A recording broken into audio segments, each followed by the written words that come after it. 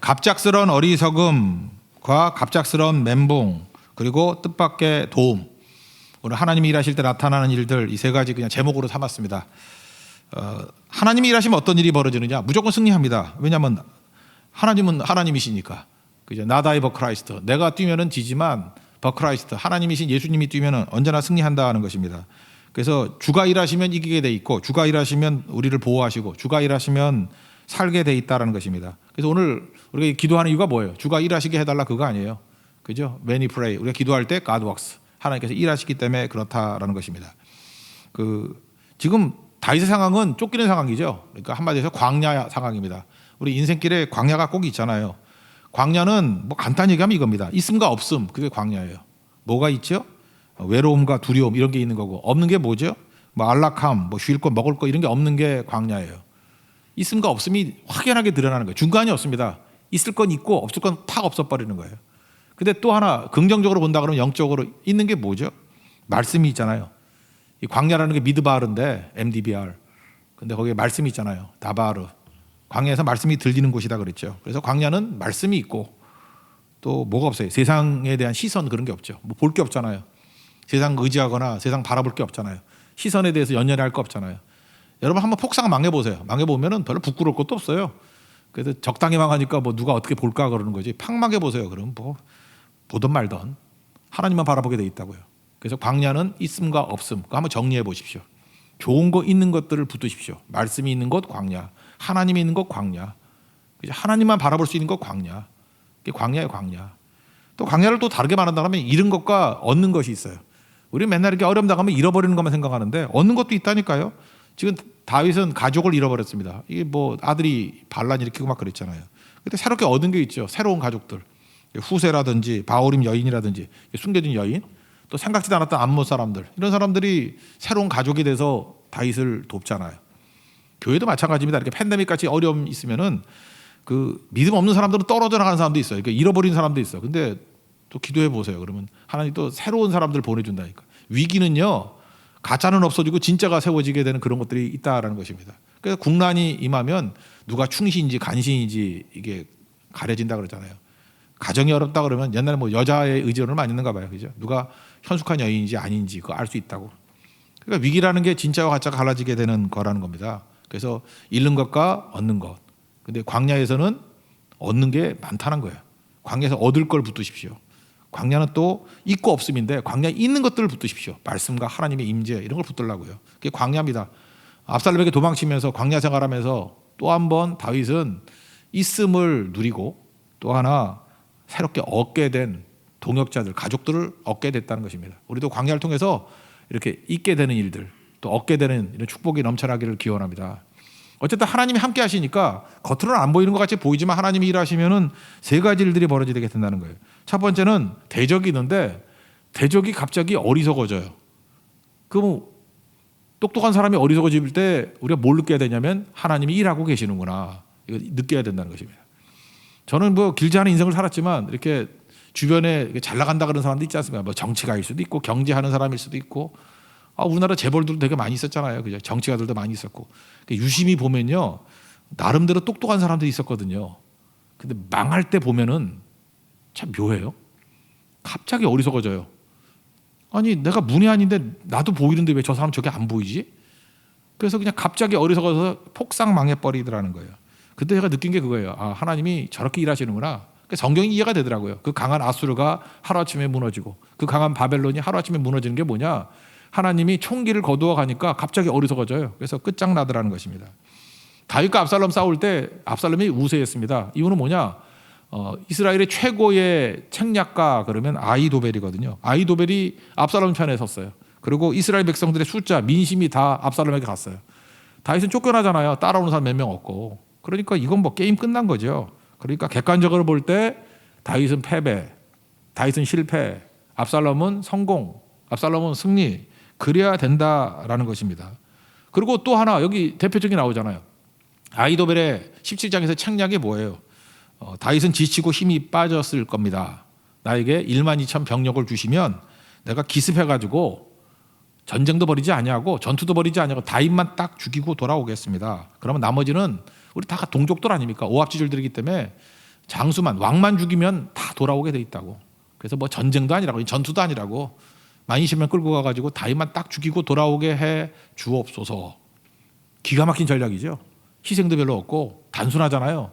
원래 좋은 전략은 단순한 거예요. 그러니까 아히도벨 머리 진짜 잘 돌아요. 지금도 그렇지 않습니까? 여러분 그 지도자 암살 작전 이런 거 있잖아요. 그거 모르십니까? 지도자 암살 작전. 우리나라에서는 살벌한 표현 쓰대. 김정은은 없는 것 같고 대통령이 좋아가지고 옛날에 김정일이 있을 때는 김정일 참수 작전. 참수가 뭐예요? 목 자른다는 건데 하여튼 그런 작전명이 있었어요. 그랬더니 북한이 굉장히 기분 나빠가지고 뭘 참수냐 이랬는데 그 이름 지어야 되죠. 뭐 그런 것들 있죠. 그러니까 지도자만 없으면 된다는 거예요. 임진왜란 때도 마찬가지죠. 일본의 전략이 뭐였어요? 그냥 부산에 상륙해가지고 그냥 빨리 가가지고 선조만 항복시키거나 선조만 죽여버리면 된다. 그 굉장한 전략이죠. 그래서 고니시 유키나가 이런 사람 보냈잖아요. 고니시 유키나가 이걸 왜 이렇게 부르지? 내가 지금도 헷갈리는 게 뭐냐면은 옛날에 제가 어렸을 때는 소소행장 이렇게 읽었거든요. 한자로 써놓고 발음되는데 소소행장.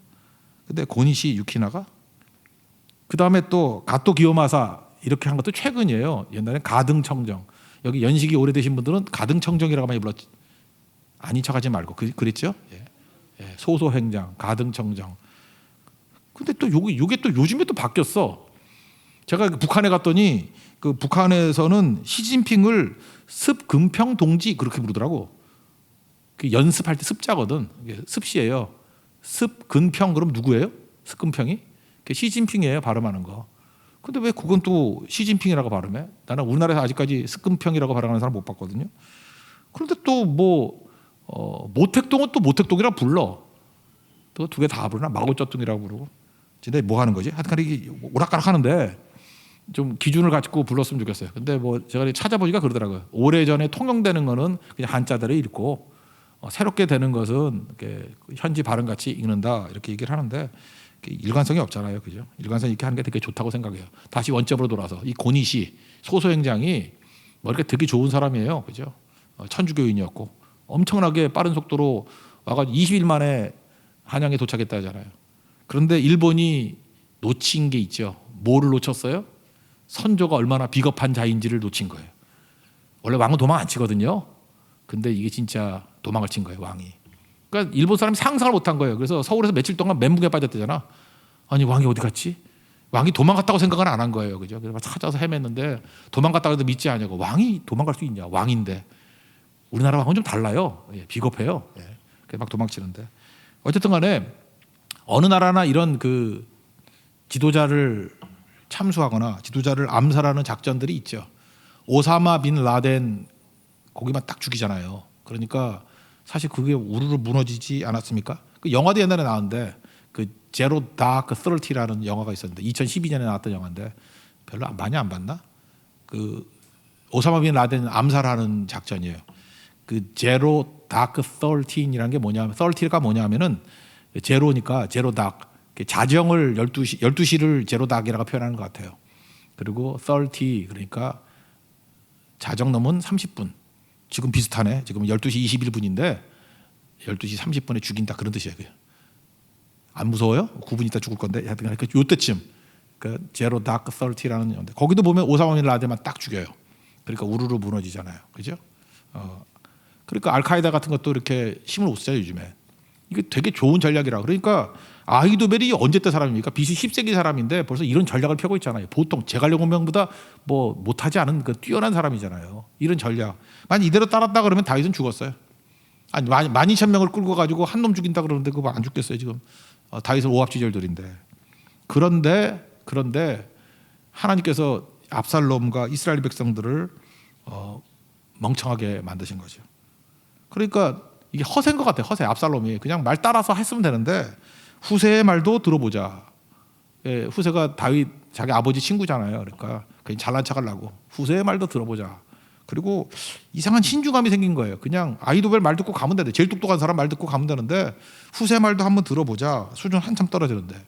근데 후세가요. 이게 머리는 안 돌아도 이게 언어 표현이 문학적인 것 같아요. 아마 아히도벨은 이과 출신이고 후세는 문과 출신인 것 같아요. 그래서 묘사를 잘해요. 묘사를 그림같이 묘사를 합니다. 그래서 뭐라고 묘사하냐면 아히도벨의 계략이 옳지 못합니다. 그리고 이제 그림같이 보여주는 거예요. 당신의 아버지 다윗과 추종자들은 용사입니다. 그리고 막 그림이 보이는 거예요. 새끼 빼앗긴 곰같이 격분해 있습니다. 이게 그림같이 보이잖아요. 새끼 빼앗긴 곰. 옛날에 많이 봤을 거 아니에요. 막 격분해 있습니다. 그리고 아버지는 전쟁에 익숙한 사람입니다. 알잖아요. 아버지가 전쟁으로 갈고 닦은 사람 아니에요? 근데 자기는 전쟁 안 해봤잖아요. 그죠? 이게 왕자니까. 그러니까 아버지를 아는 거죠. 아버지를 막 묘사를 하는 거예요. 그리고 아버지는 그렇기 때문에 베테랑이기 때문에 절대로 백성들과 함께 잘 리가 없다고. 어떤 굴에 숨어서 잘 거라고. 아버지가 백전노장인데 그럴 리가 없다고. 납득이 되죠. 그러므로 기습 공격했다가 실패할 수 있다. 지금 저 아히도벨이 기습 공격한다 그러는데 다윗을 모르고 하는 소리야, 이렇게 설명을 했다는 것입니다. 그러고 난 다음에 이제 겁을 덜컥 나게 만드는 얘기를 한 거예요. 혹시 몇 명이라도 죽거나 실패했다 그러면, 우리 지금 이게 소문 싸움인데 악소문이 퍼져가지고 압살롬 군대가 졌다라는 소문이 퍼지기 시작하면 지금 민심이 당신한테 다 왔는데 다윗에게로 또 돌아갈 수 있습니다. 이렇게 얘기를 했다는 것입니다. 납득할 수 있는 그림 같은 얘기죠. 그렇게 설명을 하더라는 것입니다. 그러므로 대안을 제시하는 거예요. 아히도벨 같이 기습전할 게 아니라 뽀대나게 멋있게 전면전을 합시다. 그래서 단에서 부엘세바, 북쪽에서 남쪽까지 전역이라는 뜻이거든요. 바닷가에 많은 모래같이 사람들을 모으고 당신이 앞에 서가지고 나를 따르라. 그럼 얼마나 멋있겠습니까? 그래서 대승을 거두십시오. 그러면 승리할 수 있습니다. 이렇게 얘기를 했다라는 것입니다. 왜 그랬죠? 다윗이 도망갈 시간을 벌어주려고. 근데 이 압살롬 멍청하죠. 이게 전쟁 해보지도 않고. 그러니까 이게 멍청한 놈은 이게 안 되는 거예요. 아히도벨 말 들었으면 되는데 이 얘기에 홀딱 넘어가는 거예요.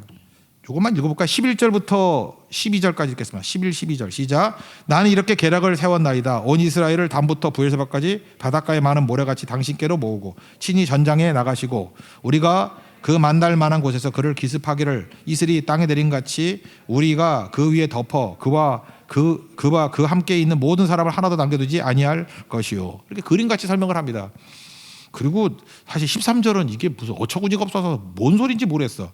그러니까 이게 한번 정신이 나가놓으니까 이런 말 같지도 않은 소리, 이게 이해가 돼요? 한번 13절 읽어보자. 시작. 또 만일 그가 어느 성에 들었으면 온 이스라엘이 밧줄을 가져다가 그 성을 강으로 끌어들여서 그곳에서 작은 돌 하나도 보이지 아니하게 할 것이니라 하며, 이 뭐하자는 소리야?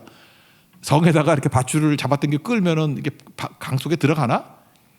이게 말도 안 되는 얘기 아니에요? 말도 안 되는 얘기. 말도 안 되는 얘기인데 이게 무슨 이럴 때 쓰는 말이 뭔지 알아요? 소설 쓰시네. 그렇게 말하는 거예요. 그죠? 소설 쓰시네. 그런데 이게 소설 같은 얘기를 했는데 분위기에 들뜨니까 이런 말 같지도 않은 소리에 부활해동하는 거예요. 막. 그러니까 논리도 없고 합리성도 없고 말 같지도 않은 얘기들이죠. 근데 이런 얘기들이면 이게 헛된 얘기 아니에요. 허황된 얘기 아니에요. 근데 결과는 어때요? 14절 보니까 올소하고 이게 뭐 한번 미쳐놓으면 이래요. 이게 떼거리를 모여가지고 뭐 자기들끼리 모여서 으쌰으쌰하면 이런 일이 벌어진다고. 올소 하다가 따라가다는 거예요. 이유가 뭐냐? 하나님께서 그들을 어리석게 만들었다고. 화를 주시려고 그렇게 명령하셨대요. 그렇게 어리석게 만드셨대요. 14절 다 같이 읽겠습니다. 시작. 압살롬과 온 이스라엘 사람들이 이르되 아렉 사람 후세의 계략은 아히도벨의 계략보다 낫다 하니 이는 여호와께서 압살롬에게 화를 내리려 하사 아히도벨의 좋은 계략을 물리치라고 명령하셨음이니라. 이는이 뭐예요? 이유를 얘기하는 거죠. 이유를 하나님이 화를 내리시려고 그렇게 어리석도록 명령하셨다라는 것입니다. 그래서 여러분 잊지 마십시오. 주님이 손대시면 어리석어질 수 있습니다. 믿습니까? 내가 잘 싸운다고 이기는 거 아니에요. 하나님께서 대적을 어리석게 만들면 이기는 거예요. 실제로 그런 게 너무너무 많아요. 지금도 그래. 하나님을 대적하고 막 난리치고 하는 교만한 자들이 있잖아요. 나름대로 똑똑한 사람들이에요. 근데 언제 그들이 끝나는지 보는 건 간단해요. 갑자기 어리석어져요. 그때 여러분 감을 잡아야 돼. 크리스찬들은. 아, 하나님이 일하기 시작하시는구나. 아, 저 똑똑한 놈들이 저 바보짓 맞죠. 천치 같은 짓만 하고 있네. 주님이 일하고 계시는 거예요. 곧 끝납니다. 곧. 제가 이게 역사적으로 보니까 뭐 오래 한가요? 그런 거 몇 년 가지도 않고 뭐 길어야 뭐 건불 10년 그러잖아요. 10년도 안 가고. 바벨론 이거 엄청난 나라 무너지는 것도 몇 년 안 걸렸어요. 그냥 순식간에 무너지고. 아수르도 마찬가지고. 잊지 말라고요. 하나님께서 어리석게 만드는 거. 그러므로 여러분들 주만 의지하고 있으면 됩니다. 믿습니까? 그러면 대적이 어리석어져요. 여러분 지금 너무 난 큰 대적하고 싸우고 있고 너무 똑똑한 사람하고 싸우고 있어. 그 사람 쳐다보지 말고 주님만 쳐다보십시오. 하나님 쳐다보고 있으면 하나님이 때가 되면요. 하나님이 일하시기 시작하는데 갑자기 어리석게 만든다는 것입니다. 그래서 승리를 주신다는 거예요. 또는 그에게 두려움을 줘요. 그래서 쫄게 만들어서 아무것도 못하게 만들어요. 그래서 승리케 만드신다는 거예요. 이게 첫 번째 하나님이 일하시는 방법입니다. 어리석게 만드신다. 또 한 가지 하나님께서 두 번째 하시는 일이 뭐냐면 실패할 수 있잖아요. 근데 실패를 감당하지 못하게 만들어. 그러니까 조금 실패한 것이 멘붕이 오게 만들어. 멘탈 붕괴가 오게 만들어. 이 멘붕은 여기에 딱 맞는 것 같아요. 아이도벨에게. 잠언 24장 16절을 보면 이런 말씀이 있죠. 대저 의인은 7번 넘어질지라도 다시 일어나려니와. 7.8기죠. 악인은 재앙으로 말미암아 엎드러지니. 한번 엎어지면 못 일어난대. 악인은. 우리 크리스찬들의 특징이 뭐예요? 우리 진짜 불사조죠. 그렇게 실수하고 그렇게 깨지고 해도 또 일어나고 또 일어나고. 우리 좋아하는 찬송이 뭐냐? 천부의 의지와 손 들고 옵니다. 맨날 그러잖아요. 이 죽일 놈 그러면 또 천부의 의지와 손 들고 옵니다. 우리 맨날 죄짓고 회개하고 죄짓고 회개하고. 믿지 않는 사람들이 볼 때 진짜 나쁜 놈 같이 보이잖아. 뭐 저런 것들이 다 있어. 근데 우리 안 죽어요. 왜? 우리 자녀기 때문에. 말 더럽게 안 듣는 자녀지만 아버지께 또 가면 또 아버지가 또 용서해주고. 우리 아버지는 용서하시는 아버지고, 물론 후래 패기도 패지만 용서하시는 아버지고. 주님께 가기만 하면 돌아올 수 있고. 그래서 우리는 잘 안 넘어져요. 그래서 이거 일반 그 사회학에서는 뭐라 그래요? 회복력이라는 거잖아요. resilience, 영어로는 resilience, R-E-S-I-L-E-N-C, resilience. 옛날에 이거 resilience 이걸 책도 내신 분이 있던데, 회복 탄력성 뭐 이런 책. 원래 그 회복력이라고 많이 번역을 하는 건데, resilience, 회복 탄력성. 그러니까 무슨 능력을 길러야 되는 거예요? 넘어질 수 있어요. 근데 일어서는 법 가르쳐야죠. 좌절할 수 있어요. 일어서는 법 가르쳐야죠. 일어설 수 있는 최고가 뭡니까? 그 십자가를 통해서 부활을 체험하는 게 그 말씀밖에 더 있어요? 성령밖에 더 있어요? 최고의 회복 탄력성, 리실리언스가 뭐예요? 성령 안에서 다시 일어서는 거죠. 오늘 아침에도 그 예레미야 배웠잖아요. 예레미야 뭐 낙심하고 좌절하고 힘들었는데 불이 임했잖아요. 불이. 예레미야 20장 9절에 뭐라 그래요? 내가 다시는 여호와를 선포하지 아니하고 그의 이름으로 말하지 아니하겠다. 이게 막 다짐했다고. 너무 열받아가지고 너무 낙심이 돼가지고. 그런데 성령이 불을 붙여주는 거예요. 내 마음이 불 붙는 것 같아서 골수에 사무치니 말하지 않고 견딜 수 없다고 막 터져 나오는 거예요. 그죠? 이게 돌무덤을 터뜨려 버리죠. 막 터져 나오는 힘이 있다고. 불이 임하면 터져 나와요. 우리 대학생들 지금 믿는 사람이 3%밖에 없다고 하는 얘기가 나오잖아요. 막 눌려 있고 힘들고 막 그러지만 그 안에 불이 임하게 되면요, 그때 부흥이 일어나는 거예요. 여러분 찬스입니다, 찬스. 영적으로 알렉산더 같이 그런 얘기를 해요. 이게 정복할 게 많아가지고 너무 좋다, 뭐 이런 식으로. 전도할 때가 많아 너무 좋다. 우리 아버지 세대가 전도 다 해놔가지고 전도할 때 없었으면 얼마나 힘들 뻔했어요, 그죠? 근데 개판 차놔가지고 지금 전도할 게 얼마나 많아졌어, 그죠? 그러니까 젊은 사람들 기회죠, 사역자들 기회죠. 이때가 진짜 주님의 불이 임하면 역사하실 기회죠. 그런 믿음 가지고 사야 되죠. 그런 믿음 가지고. 바로 이겁니다. 그 왜 그러죠? 하나님께서 악한 자들은 한 번 넘어지면 다시 못 일어나게 만들 거예요. 멘붕에 빠지게 만든다고. 그러나 하나님 백성들은 넘어져도 또 일어나고 넘어져도 또 일어나고 새 힘 얻습니다. 새 힘. 새 힘 주시는 게 하나님이에요. 그래서 일어날 수 있다라는 것입니다. 여기 보세요. 아이도벨 한 번 자기 계략이 리젝트 당했다고 자살을 하잖아요. 이해가 돼요? 이해가 안 되는 이 괴상한 일이 벌어지게 되더라는 것입니다. 왜 그래요? 실패를 감당하지 못하는 거예요. 지금도 어떤 사람 그러잖아요. 어떤 애가 자살했어. 옛날 얘기예요. 제가 졸업하고 한 매체 있다. 자살했는데 2등 했다고 자살을 했어. 나는 그냥 전혀 자살을 동조하지 않았어. 죽어도 싼 놈. 우리는 열심히 공부해도 2등하기 힘든데 2등 했다고 자살해. 1등만 하던 애야, 걔. 그러니까 뭐예요? 걔는 공부는 잘하는지 모르지만 뭐가 없어요. 실패를 감당할 멘탈이 없는 거야. 맨날 1등만 하다가 2등 했다고 자살을 해? 그게 말이 돼요? 우리는 20등하고도 잘만 먹고 사는데, 그죠? 우리는 꼴찌하고도 평화로다. 그 찬양 제일 좋아하잖아. 하늘 위에서 내려오네. 잠만 잘 자는, 꿀잠 자는데. 뭐 이런 놈이 다 있어, 그죠? 근데 그것도 가능한 얘기죠. 왜요? 하나님께서 일하시는데 대적으로 하여금 실패를 감당하지 못하게 만들어요. 그래서 멘탈 붕괴가 오게 만든다고. 23절 읽겠습니다. 23절 시작. 아이도벨이 자기 계략이 시행되지 못함을 보고 나귀의 안장을 지우고 일어나 고향으로 돌아가 자기 집에 이르러 집을 정리하고 스스로 목매어 죽음에 그의 조상의 묘에 장사되니라. 이걸 한번 생각해 봤어요. 왜 아이도벨이 왜 그랬나? 너무 똑똑해서 그래요. 똑똑한 사람은요, 미래가 훤히 보이는 거야. 지금 압살롬은 내가 압살롬 편에 섰는데 이거 봐라. 이거 하는 짓이 내 계략을 무시해버리고 후세 얘기를 따르는 거. 아이도벨은 똑똑하니까 알 거 아니에요. 저 후세 저거 믿을 거 못 되고 저 이상하다. 그런데 압살롬이 자기가 볼 때 정확한 얘기 같은데 그런 계략은 버려버리고 후세를 따르는 거 보니까 이거 끝났다 이거죠. 똑똑한 사람은 이렇게 추리 능력이 있잖아. 이번 일 이러니까 이런 일이 벌어지고 이런 일이 벌어지고 이런 일이 그러니까 끝이 보이는 거예요. 앞사람 망하고 나도 결국 다윗에게 잡혀서 죽겠구나.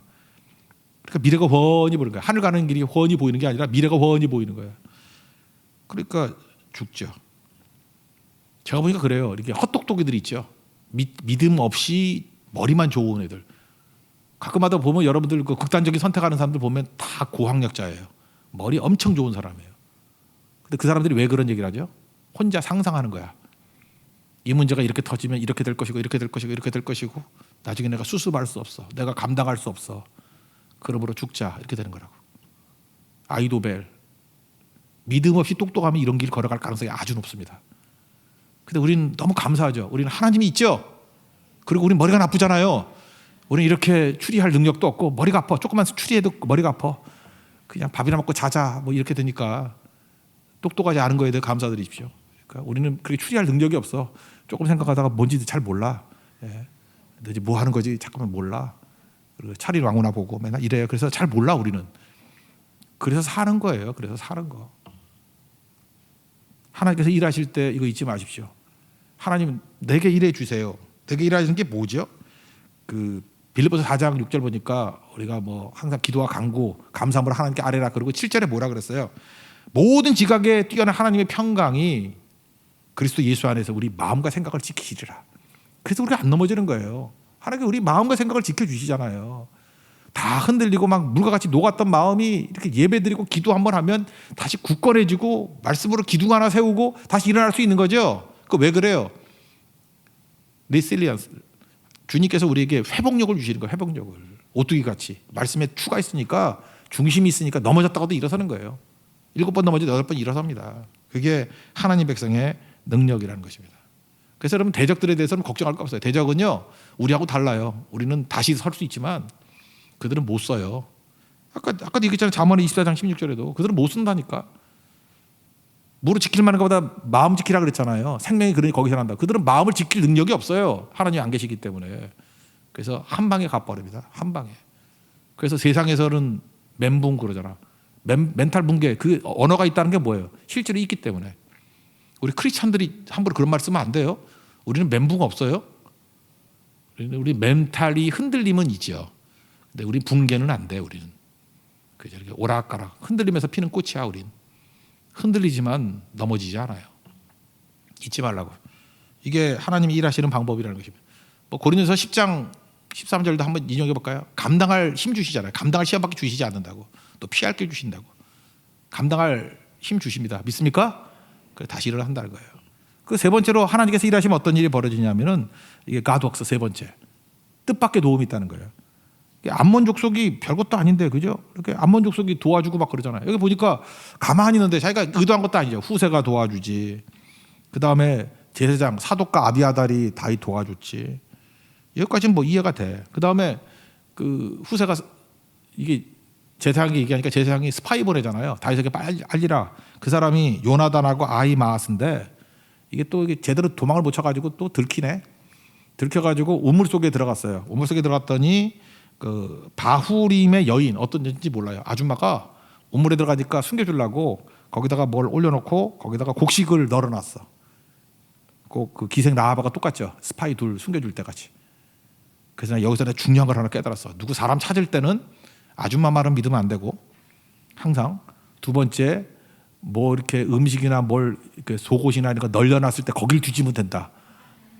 이걸 지혜라 그러죠. 내가 성경에서 지혜를 깨달았어. 전혀 없을 것 같은데 있을 거라고 거기. 그러니까 아줌마가 계속 앉아 있어. 그러면 아줌마 일어나시죠? 그럼 그 밑에 있을 가능성이 커. 그죠? 어디 남자가 여자들 속고 있는데 이런 걸 손대면 안 돼. 그럼 그 안에 있어 분명히. 그런 거죠. 근데 이게 멍청해가지고 속았다라는 거죠. 그러니까 보세요. 이 두 명의 스파이 또 숨겨주는 그 바후림의 여인이 있잖아요. 이거 생각도 못했잖아. 그러니까 도와주잖아요. 그죠? 그래서 결국은 시간 벌 수 있도록 다윗에게 가가지고 알려줘서 무사하게 넘어갔다는 거예요. 무사하게. 요단강이 있거든요. 요단강 넘어서는 것. 요단강 넘어서는 곳 갔다가 마하나임이라 그래요. 그 길르앗 지방이라 그러거든. 그 동네를 길르앗. 그 사해 쪽 위쪽에 그 요단강을 건넜을 때 여리고 있잖아요. 여리고보다 좀 위쪽의 지역을 마하나임이라 그래요. 요단강 동쪽. 마하나임. 그 요단강을 건너서 요단 동편으로 도망을 친 거라고. 이 내용을 한번 읽어볼까요? 21절 22절 읽겠습니다. 시작. 그들이 간 후에 두 사람이 우물에서 올라와서 다윗에게 가서 다윗 왕에게 말하 이르되 당신들은 일어나 빨리 물을 건너가소서. 아히도벨이 당신들을 해하려고 이러이러하게 계략을 세웠나이다. 다윗이 일어나 모든 백성과 함께 요단을 건넜세. 새벽까지 한 사람도 요단을 건너지 못한 자가 없었더라. 이거 정말 기적 같은 일이죠. 구사일생으로 여러 가지 하나님께서 일하시는 도우심을 통해 가지고 돕는 자를 통해서, 뜻밖의 돕는 자를 통해서 이렇게 넘어가잖아요. 그리고 그 자리가 이제 마하나임인데, 마하나임은 의미가 있죠. 다윗이 야복강, 이게 요단강의 지류가 야복강이 있거든요. 이렇게 지류가 옆으로 와가지고 요단강이 합쳐지는 지류 중에 하나가 야복강이 있어. 야복강에서 뭐 하나님 천사고 기도하기 전에 거기서 천사가 만난 자리가 마하나임이에요. 창세기 32장 1절과 2절인데 읽어만 드릴게요. 야곱이 길을 가는데 하나님의 사자들이 그를 만난지라. 야곱이 그들을 볼 때 이르기를 이는 하나님의 군대라 하고 그 땅 이름을 마하나임이라 하였더라. 마하나임의 원래 뜻은 천사의 무리란 뜻이에요. 많은 천사의 무리. 근데 천사가 많다, 떼거지로 많다 그런 거예요. 천사 엄청 많네 뭐 이런 거예요. 여기서 야곱이 봤더니 천사가 좀 많이 보이는가 봐. 그래서 천사가 무지 많네. 그래서 무지 많은데 천사가 이제 하나님의 군대잖아요. 그러니까 천사가 많다를 자기 로 해석을 한 거예요. 하나님의 군대 이렇게. 그래서 마하나임 그랬다. 거기 야곱이 그 야복강가에서 기도하던 그 자리거든요. 그게 거기로 도망을 쳤다고. 상징적인 의미가 있죠. 그래서 마하나임으로 이제 도망을 쳐 있어요. 요단강 건너서. 근데 거기서 먹을 것도 없고 힘들 때 암몬 족속 왜 돕죠? 이유를 몰라요. 그냥 돕는 거예요. 뜻밖의 도움이죠. 그래서 여러분들 기도하는 사람이요, 하나님만 의지하는 사람은 어떤 걸 경험하게 되냐면, 내가 고난이 오면 여러분 기대하는 게 있죠. 누가 나를 도와줄 거야. 근데 한번 생각해 보세요. 내가 계산한 사람은 안 도와줘요. 제가 경험해 봐서 알아요. 이렇게 내가 도와줄 거다 생각하면 다 뭐 배신까지는 아니지만 외면을 할 때가 많고, 어떤 때는 내가 이름도 모르는 사람, 상상도 못했던 사람들을 하나님 보내셔가지고 도와줘요. 그게 암몬 사람 같은 거예요. 여러분 인생에도 고난이 있을 때 이렇게 하나님이 보내주시는 사람으로 도움받는 은혜 역사가 있기를 원합니다. 그 도와준다고요. 도와준다고. 그러니까 우리는 뭘 생각하냐면 주님의 일만 열심히 하면 돼요. 일꾼을 하나님이 보내준다고. 교회도 마찬가지예요. 교회도 주님의 일만 열심히 하고 기도하고 이렇게 계획 세우고 충성하고 나아가면 사람은 뭐 하나님께서 또 벌떼같이 모여주게 만든다는 겁니다. 근데 여기서 이 사람들이 왜 와서 도움냐면 29절 같은 데 보니까 그들 생각에, 암몬 사람들 생각에 무슨 생각이 드냐면 백성이 들에서 시장하고 고나고 목마르겠다 이런 생각이 드는 거예요. 여러분들 이렇게 가만히 있으면 저 사람 저기 있으면은 배고프고 고나고 목마르겠다 이런 생각해요? 할 때도 있어. 하나님 생각을 넣어주면 갑자기 생각이 나가지고 황원우 목사 지금 목마르고 배고프겠다. 목마르고 배고프다. 저 잘 먹는 사람인데 그죠? 목마르고 배고프겠다. 그래서 할 수 없이 내가 뭐 이렇게 고기 보내주거나 그럴 수도 있잖아요.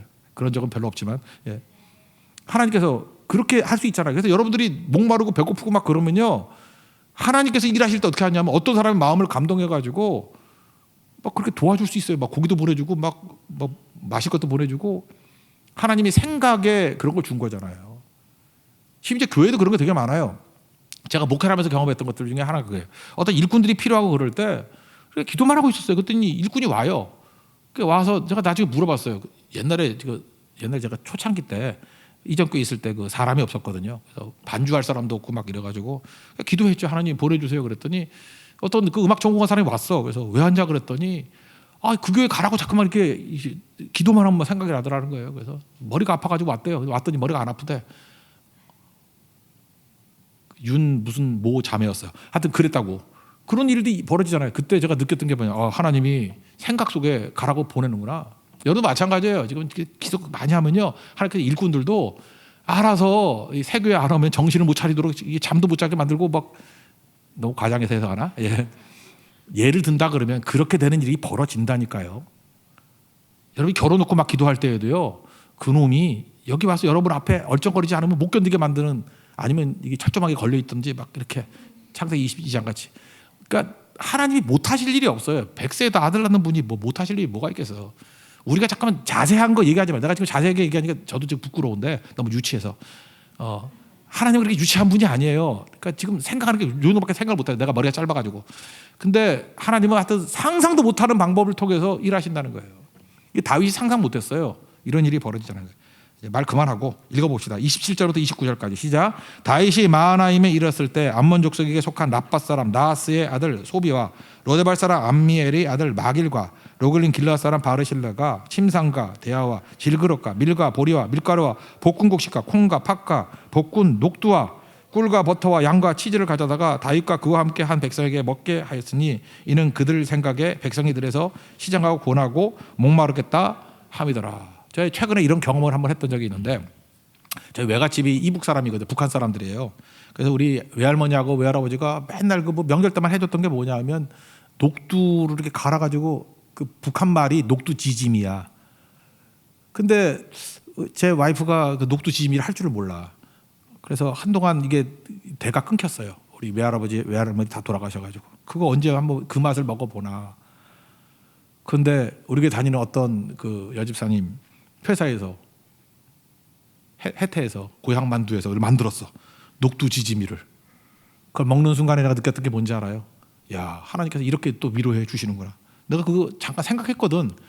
아, 할머니가 그 만들어줬던 녹두 지짐이 한번 먹고 싶다. 근데 그 만두의 형태로 맛이 거의 80%는 주사해. 내가 지금 광고해주고 있나 지금? 그 엄청 맛있더라고. 그래서 사러 갔더니 아직도 이렇게 시제품인가 봐요. 아직 나와 있지도 않아. 그러니까 나와 있지도 않은 거를 제가 먼저 먹은 거예요. 이제 약점은 있죠. 1kg 쪘어요, 살이. 만두가 살이 찐다는 걸 내가 이걸 알았어요. 그죠? 어쨌든 간에 광야 생활은 역시 있음과 없음이 있어. 그죠? 예, 얻는 것도 있고 잃는 것도 있죠. 돼지 되는 거, 잃는 거. 얻는 것은 맛있음, 할머니의 추억, 이런 것도 얻을 수도 있고. 그러니까 인생은 광야라고. 근데 보세요. 지금 다윗이 여기 자세하게 써 있는데 이 먹을 거, 이게 목록만 이게 얼마나 많아요, 지금. 그죠? 이게 14가지인가 이렇게 설명할 정도로 하나님이 이렇게 세심하게 다 채워 주시더라는 거예요. 여러분, 그런 은혜를 믿습니까? 이거 붙들고 나가야 된다라는 거예요. 그럼 우리가 붙들 게 뭐예요? 지금 하나님이 겉으로 볼 때 하나도 하나님이 등장하는 장면이 안 나오는 것이 보여요. 다윗은 도망만 치고 있어요. 주만 바라보고 있습니다. 근데 하나님은 일하고 계십니다. 어떻게 일해요? 대적을 어리석게 만드는 걸 통해서 일하시고, 대적이 아무것도 한 일에 한번 넘어졌는데 자살하게 만들잖아요. 이게 뭐예요? 실패를 감당 못해요. 멘탈 붕괴가 오게 만들어요. 그래서 순식간에 무너지게 만드시고, 또 내가 생각하는 데 도울 자들이 있잖아요. 그 사람들이 예상했던 사람은 몇 명 없었던 거야. 사독과 아비아달, 제사장은 믿었던 것 같아. 근데 그들 빼놓고는 후세라는 사람이 나오고, 그 다음에 대표적인 게 암몬 사람들 아니에요. 이거 뭐 기대도 하지 않았던 사람들이 와서 돕잖아요. 이게 하나님이 일하실 때 나타나는 역사라는 것입니다. 여러분, 개인적으로 지금 사는 게 어떤 때는 어려울 수도 있고 고난 가운데 놓일 수도 있죠. 다윗에게 임했던 이 하나님이 일하시는 은혜가 여러분 삶 가운데 그대로 임하기를 원합니다. 여러분을 대적하는 사람들이 어리석게 되기를 원합니다. 여러분, 대적하는 사람들이 작은 실패에도 멘붕에 빠져서 지리멸멸해지기를 원합니다. 그리고 상상도 못하는 하나님의 도우심의 손길, 돕는 자의 손길이 넘쳐나기를 예수 그리스도의 이름으로 축원합니다. 우리 찬양하겠습니다. 우리 율동하고 마지막 기도하도록 하겠습니다. 불을 내려주셔서, 우리가 주님께서 성령 임하시면 주님의 도우심이 임하겠죠. 불을 내려주셔서 우리 다 같이 일어서서 율동하고 기도하고 마치겠습니다.